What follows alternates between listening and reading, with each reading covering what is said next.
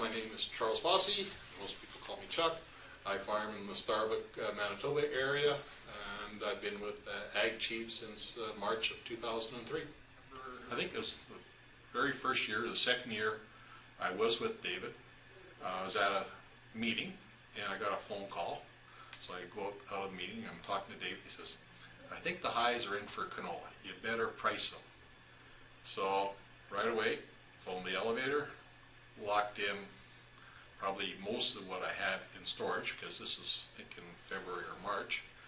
And I delivered it probably a month or two later, and basically I guaranteed myself at least, if I remember right, about $2 a bushel more than if I just left it in the bin thinking prices were going to stay where they were or go up. So, you know, right there, you lock in, say, 5,000 bushels, and you're $2 ahead at delivery time. There's $10,000. Quickly pays your fees. I think like 2 years ago, soybean prices were peaking up there. I think, you know, we're talking like $16, $17 soybean prices, and I had some neighbors that were talking about, oh, you know what, the market's going to $20, and canola's kind of walking in lockstep with it. And I think David sent out a market analysis one day there, I think it was in September during harvest time, and he was saying, looks like the highs are in. There's a formation here, and I forget what it was, maybe it might have been a tweezer top, and he just says, maybe you better start pricing some beans and your canola.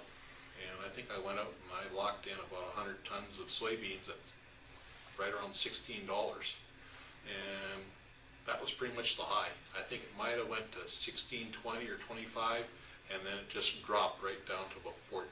So, you know, it's little things like that. You know, if you can sell, what, you know, 4,000 bushels of grain and make an extra $1 to $2 a bushel, you know, that very quickly pays for your fees to belong to Ag-Chieve. And sometimes those things are very short-lived because it doesn't take long. You know, if you wait for the follow-through, for the confirmation, you might have lost already $1 in the market. So, you know, you got to be ready to pull the trigger on these things. And that's where I think these are timely updates 3 times a day, or even once a day, once a week, it can make a big difference to your farm's bottom line. I think David has really helped me market, let's say, 80% of my grain in the top third of the market.